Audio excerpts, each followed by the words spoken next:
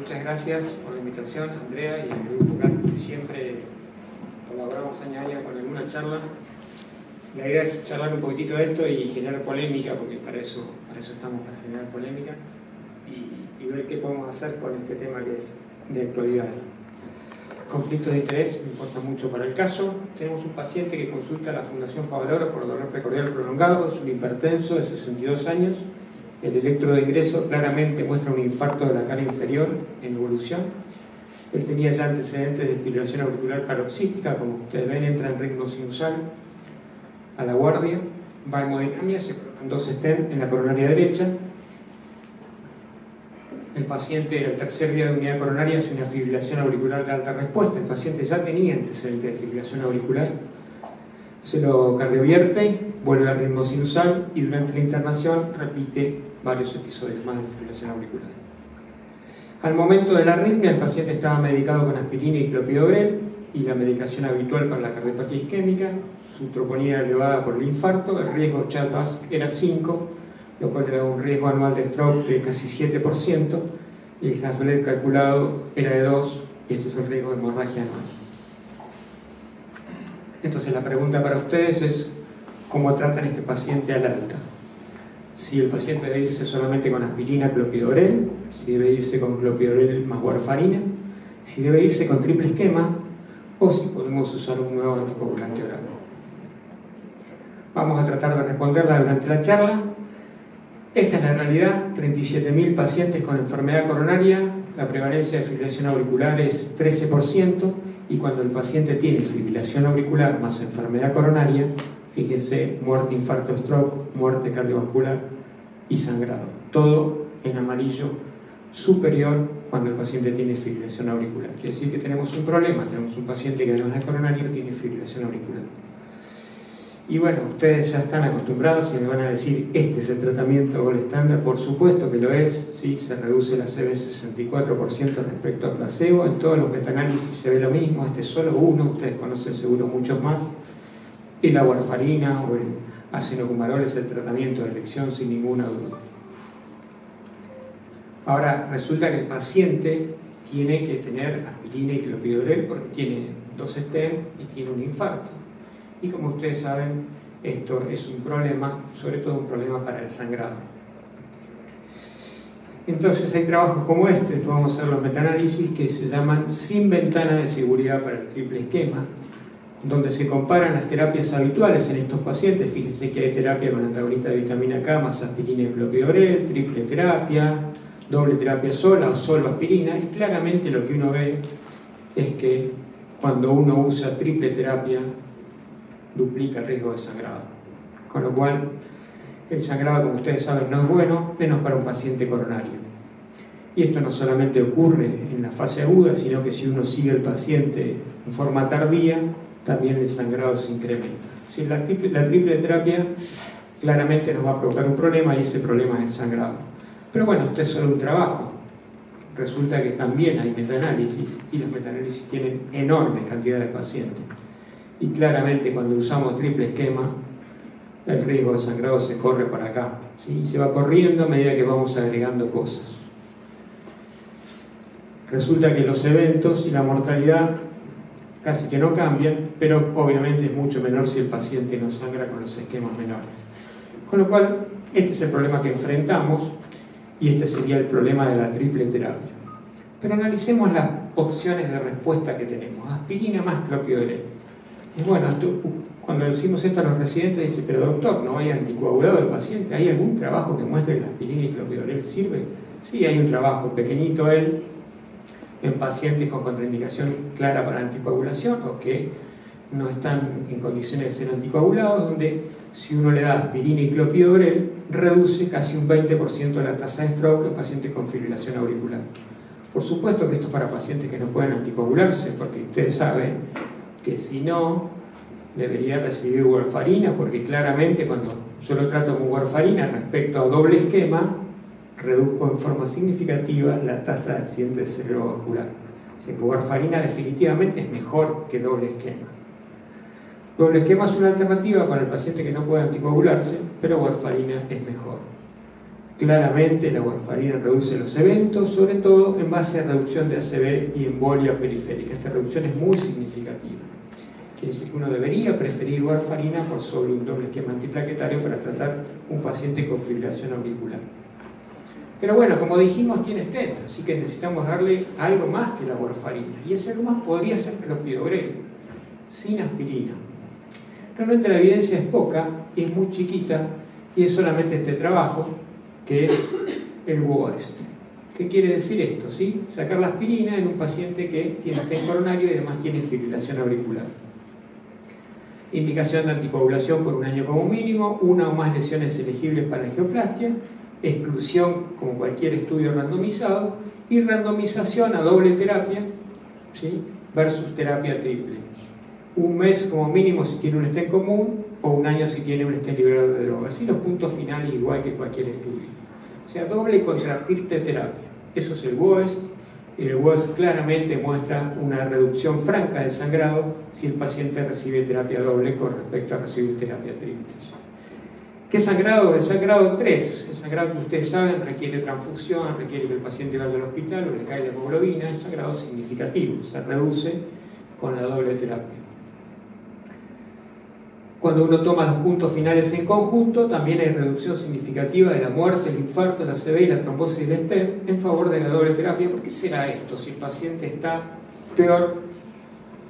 con peor cantidad de antitrombóticos, con 2 en vez de 3. Posiblemente porque cuando uno tiene un sangrado, le suspende la medicación al paciente, los stents se tapan, el paciente se muere más, tiene más eventos, entonces el sangrado significa incluso en algún caso menos eventos isquémicos. Análisis de subgrupos, todo a favor de la doble terapia, ¿sí? No importa si tenía un síndrome coronario agudo o no, no importa el tipo de stent, no importa la indicación, porque aquí había pacientes con válvulas mecánicas, no eran solamente fibrilaciones auriculares, siempre en favor de la terapia doble. Trabajo pequeñito, pero que muestra claramente que se cumple el objetivo primario, anticoagulación más clopidogrel, menos sangrado que la terapia triple, se cumple el secundario, se reducen los eventos vasculares y tiene menos mortalidad por todas las causas. Quiere decir que tenemos un buen esquema de tratamiento para usar en algunos pacientes, que sería mejor que usar aspirina y clopidogrel o warfarina sola. Pero bueno, todos estamos tentados a darle lo mejor al paciente, y lo mejor para el paciente coronario es aspirina y clopidogrel, y lo mejor para el paciente con fibrilación auricular hasta ahora es warfarina. Así que ¿por qué no triple esquema? Y las guías que hoy uno revisa siguen hablando de triple esquema. Este es solo una, el consenso europeo, que claramente muestra que si uno va por el lado del paciente con síndrome coronario agudo, que tiene un riesgo no alto de sangrado, incluso hablan de 6 meses de triple terapia. Y si el riesgo de sangrado es alto, hablan de 1 mes de triple terapia. Esto se repite del infinito cualquier guía que ustedes lean de síndromes coronarios agudos. La guía europea, la última publicada, marca exactamente lo mismo, ¿sí? Triple terapia para el síndrome coronario agudo, 1 mes si el riesgo de sangrado es alto, y hasta 6 meses si el riesgo de sangrado no es alto. Quiere decir que siguen en la vía de la triple terapia, por lo menos en la fase aguda, donde el paciente parece que todavía necesita la aspirina, necesita el clopidogrel y necesita estar anticoagulado. En inglés, para hacer la traducción literal de la guía y que no se pierda nada en la traducción, ¿sí? ¿Qué dice la guía americana del 2016? Mantenga la triple terapia lo menos posible, tan corta como sea posible. Mantenga un RIN de 2 a 2,5. Clopidogrel es el preferido, si no usen prasugrel en triple terapia, y mantengan dosis baja de aspirina. Con esos 4 mandamientos, uno reduce el sangrado. Por supuesto que también quiere protegerle el estómago con inhibidores de bomba de protones. Así que si uno cumple estas cosas, la verdad que el riesgo de sangrado de 1 mes no es tan alto y podría utilizar la triple terapia. Pero bueno, me queda una cosita más como para provocarlos un poco y después discutir en la indicación. ¿Qué pasa? ¿Por qué no usar un nuevo anticoagulante o un anticoagulante directo? Porque ya no son más nuevos, como ustedes saben. Y realmente la evidencia viene de los estudios. Cuando uno analiza los estudios que compararon anticoagulantes nuevos o directos contra los clásicos en fibrilación auricular, el único estudio que tenía antiagregantes plaquetarios era el estudio de la Vigatran, ¿sí? El estudio RELAY, porque ni el Rocket ni el Aristolin permitían que el paciente tuviera antiagregantes plaquetarios para entrar al estudio. Cuando uno analiza a los pacientes del Relay que tenían antiagregantes plaquetarios, la verdad que la P para interacción muestra que es exactamente lo mismo y no tienen un sangrado mucho mayor en las ramas de tratamiento, aunque sí claramente sangran más que el paciente que no recibe antiplaquetarios. Esto era lo que teníamos hasta hace poco significa el año pasado, a fines de noviembre, donde se presentó este trabajo en el Congreso de la American Heart, que es rivaroxaban en pacientes que van a requerir un stent coronario y que tienen fibrilación auricular. Básicamente se randomizaba a los pacientes, vamos por abajo, que es lo más fácil, al triple esquema que teníamos hasta ahora, intento de duración de la doble terapia que daba a cargo del médico, 1, 6 o 12 meses, versus 2 esquemas de rivaroxaban. Un esquema de 15 miligramos, en el cual no se daba aspirina, o sea, era un doble esquema pensando en lo que había sido el GOES, y un grupo 2 donde usaban una dosis polémica para fibrilación auricular de rivaroxaban de 2,5 porque no es anticoagulante, más 2 doble esquema antiplaquetario. Pero bueno, los autores dijeron, nosotros queremos elegir estas dosis porque el 15 miligramos mostró en la población japonesa, en un estudio que se llama J-Rocket, que es beneficioso dar 15 miligramos de rivaroxaban. El 2,5 mostró en el Atlas que no eran fibrilaciones auriculares, sino era prevención secundaria en el postinfarto, que es útil. Y encima hay un estudio que se llama COMPAS que está randomizando a pacientes de 2,5. Así que usemos 2,5 en la fibrilación auricular. Polémica decisión, ahora vamos a ver por qué. ¿Quiénes eran estos pacientes? Básicamente pacientes de una edad media de 70 años, aunque había un grupo no despreciable de pacientes un poco más añosos. Fíjense los tipos de fibrilación auricular bien repartidos y fíjense esto, el CHA2-VASc. Había muchos pacientes con CHA2-VASc alto, ¿sí? O sea, con más de 3, 4, 5 que nosotros consideramos alto riesgo tromboembólico en la fibrilación auricular. Y claro, ustedes son hematólogos y van a preguntar, sí, pero ¿cómo manejaban la anticoagulación en este estudio? Bueno, bastante bien para lo que se ve en las series internacionales. Tiempo de rango, el TTR, 65, 60. Acá estamos nosotros, Latinoamérica, 65. Bastante bien. Nosotros en Fundación metimos 25 pacientes en este estudio. Yo recuerdo una conversación con la doctora Rossi que me dijo, seguramente la rama de warfarina la van a manejar ustedes y así le va a ir. Y es cierto, la verdad que nos costaba un mes, 45 días hacer que un paciente entrara en rango. Y a veces teníamos que llamarlos de urgencia a ellos porque había un librito con las dosis que uno tenía que ir subiendo de warfarina, pero el paciente estaba 2 semanas sin estar anticoagulado y las 2 semanas tenía 5 de rim. O sea que es muy difícil para un cardiólogo manejar la anticoagulación y ese es el problema de estos estudios. ¿Qué mostró el estudio? Drástica reducción del sangrado en favor de las ramas rivaroxaban. ¿Sí? Esta es la rama de triple esquema y estas son las ramas de rivaroxaban, la 1 y la 2. 40% de sangrado clínicamente significativo, una reducción muy importante. Análisis de subgrupos, todo en favor de las ramas rivaroxaban, menos sangrado en todo lo que ustedes imaginen. Busquen lo que quieran acá y van a ver que el intervalo de confianza está corrido para el lado de rivaroxaban. Y bastante parecido a lo que habíamos visto en el WOES, la curva de triple, la curva de doble, acá está la curva de triple y las dos curvas de rivaroxaban. Fíjense que tiene una similitud con lo que se ve en el WOES. O sea que parece cumplirse esto que triple esquema es peor que doble esquema. Una cosita que se criticó del estudio, acá los cardiólogos manejaban la doble terapia. Y si uno veía el WOES, la terapia doble continuaba en el tiempo, casi hasta el año. En cambio en el Pioneer ya al mes el 60% quedaba solamente con triple terapia y a 180 días el 20%. Así que no eran verdaderas triples terapias por todo el año, sino que muchos suspendían los antiplaquetarios mucho tiempo antes. Sin diferencia entre los eventos trombóticos o isquémico-trombóticos. Si uno lo quiere ver en las barras, fíjense las ramas de MACE en celeste, todas iguales en los 3 grupos, lo mismo que en stroke, o sea, un espejo en lo que se refiere a eventos isquémicos. No hay diferencia entre las ramas en eventos isquémicos. Claro, son 2.000 pacientes.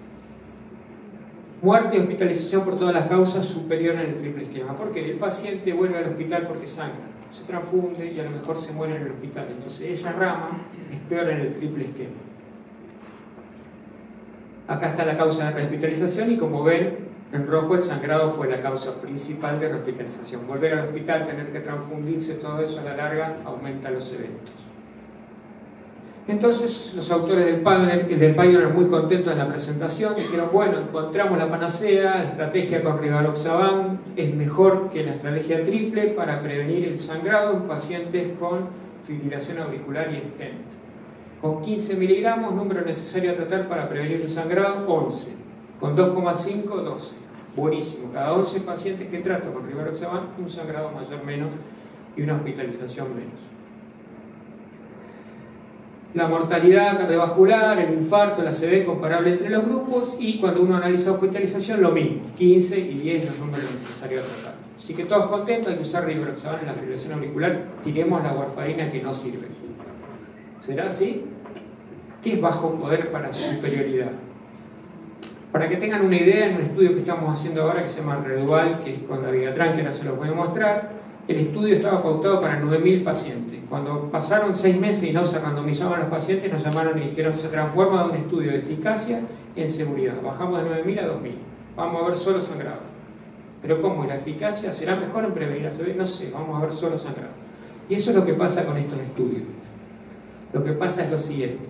Si uno ve la tasa de eventos observadas en el grupo de terapia estándar y asume un poder estadístico, parece chino, pero fíjense a lo que quiero llegar. De diferencia entre tratamiento de 15%, debería tener un estudio de 14.000 pacientes por grupo, o sea, un estudio de 41.000 pacientes para mostrar superioridad. 41.000 pacientes en un estudio antitrombótico. Creo que nunca más se va a volver a hacer un estudio así. Pero supongamos que sí, que la industria tiene mucho poder y yo quiero imponer el rivaroxaban y quiero hacer un estudio de 40.000 pacientes. Pasamos al segundo punto. Tardamos en 431 sitios para randomizar 2.100 pacientes, 3 años. Esto es lo que tardaríamos para randomizar lo que se requiere un estudio de eficacia, 60 años. Posiblemente ninguno de nosotros vea el resultado cuando estemos, ¿cierto? Por eso los estudios de eficacia ya no se van a poder hacer. Y una cosita más en favor de la warfarina. Dijimos que 2,5 parecía una locura. Bueno, parece que sí lo es. Tasa de ACV en pacientes con intención de tratar de 6 meses de antiplaquetarios, rama 2,5, rama warfarina P. Warfarina previene más ACV en la rama de 2,5. Yo ya esperaba que eso fuera así. Obviamente esto los autores no lo tomaron como un dato, dijeron, no, esto es un análisis de su grupo, pero ojo con esto cuando sean muchos pacientes, ¿sí? Bien, Redual está terminando, nosotros tenemos 25 pacientes, lo mismo, dabigatran 110 o 150 versus triple esquema, dejar de lado la aspirina, las empresas farmacéuticas tienen su molécula y cada una tiene su estudio, se llama distinto Redual para dabigatran y se llama Augustus para apixaban, y todos apuntan a lo mismo, sacar la aspirina y dejar un esquema doble. Augustus recién está en fase de randomización y Redual se va a presentar ahora en el Congreso Europeo de este año. Queda una pregunta más para ir terminando. ¿Qué pasa si yo quiero el mejor antiagregante en mi paciente? Yo quiero tener prasugrel o ticagrelor porque tengo un paciente de alto riesgo isquémico. Realmente estos antiagregantes están muy pobremente representados en los estudios y todo es clopidogrel, con lo cual, y con el riesgo de sangrado que implica dar una droga más potente, posiblemente tengamos que quedarnos con clopidogrel por ahora. Y eso dicen los investigadores del Pioneer, ¿no es cierto? En ese caso el hemodinamista decía la droga, pero como es muy poquitita la tasa de uso de ticagrelor, realmente nosotros preferimos usar una droga menos potente si tenemos que anticoagular. El Gemini que presentamos hace poco, fíjense la tasa de sangrado con ticagrelor, tanto en la rama aspirina como rivaroxaban, es muy superior a la tasa de sangrado de clopidogrel, por no decir el doble. Quiere decir que ticagrelor y prasugrel no deberían usarse en pacientes anticoagulados. Bien, entonces nos quedan algunas lesiones del Pioneer. Consideramos sacar la aspirina podríamos sacarla, ¿sí? El inhibidor P2Y2 es el clopidogrel, rivaroxaban, preferir la dosis de 15 miligramos. Y acuérdense que los inhibidores del factor 10, como nos dicen cada vez que vamos a una charla de la industria, también tienen algún efecto sobre la agregación plaquetaria. Así que cuando enfrentamos un paciente así en la unidad coronaria, nos planteamos cuáles son los riesgos del paciente. Si nosotros creemos que el paciente tiene un alto riesgo de trombosis de Stenning y no tanto riesgo de ACV, tal vez el esquema sea aspirina-clopidogrel. Si el paciente tiene un alto riesgo de ACV, la warfarina es lo que mejor previene el ACV y el resultado a partir de múltiples estudios. Los triples esquemas son buenos para todos, pero aumentan el sangrado, lo mismo con nuevos anticoagulantes, y este esquema posiblemente sea bueno para prevenir sobre todo ACV con menor sangrado y podría ser de utilidad en pacientes que no tengan un riesgo bajo de sangrado. Así que, para responder la pregunta de hoy, ¿para quién sería el triple esquema? Posiblemente uno podría decir para todos el primer mes, sobre todo si tienen un riesgo tromboembólico alto, como ocurre en estos tres tipos de pacientes, FA de alto riesgo, TEP reciente o prótesis mitral, que además está cursando el primer mes de un cuadro coronario agudo y que el riesgo de sangrado no es muy alto con protección gástrica adecuada. Este sería el paciente ideal para triple esquema. Después decidimos con ustedes cuánto tiempo de triple esquema. Si es un mes, si son 6 meses, y eso es una charla multidisciplinaria entre cardiólogo y hematólogo. Y finalmente, les dejo las dudas para la discusión que podemos hacer ahora en un ratito. Los estudios publicados son todos para eficacia. Siempre la pregunta es la misma: si mi paciente tiene un riesgo tromboembólico alto, ¿yo le daría rivaroxaban 15 miligramos? Y la verdad que hoy no tengo la respuesta. Seguramente tendrá menos sangrado, pero no sé si tiene igual efectividad, ¿sí? O sea, esto es un estudio en pacientes occidentales, con otro peso corporal, con otra superficie corporal, no sé, en orientales, no sé en occidentales cómo será, ¿no es cierto? ¿Qué pasará si suspendo la aspirina y el paciente tiene un stent en el tronco, un riesgo trombótico alto como mostró Horacio? ¿Y qué hacer para compatibilizar los antiagregantes más potentes con la anticoagulación? ¿Cómo manejar ese tipo de pacientes? Que bueno, eso es un trabajo cardiólogo hematólogo. Muchas gracias.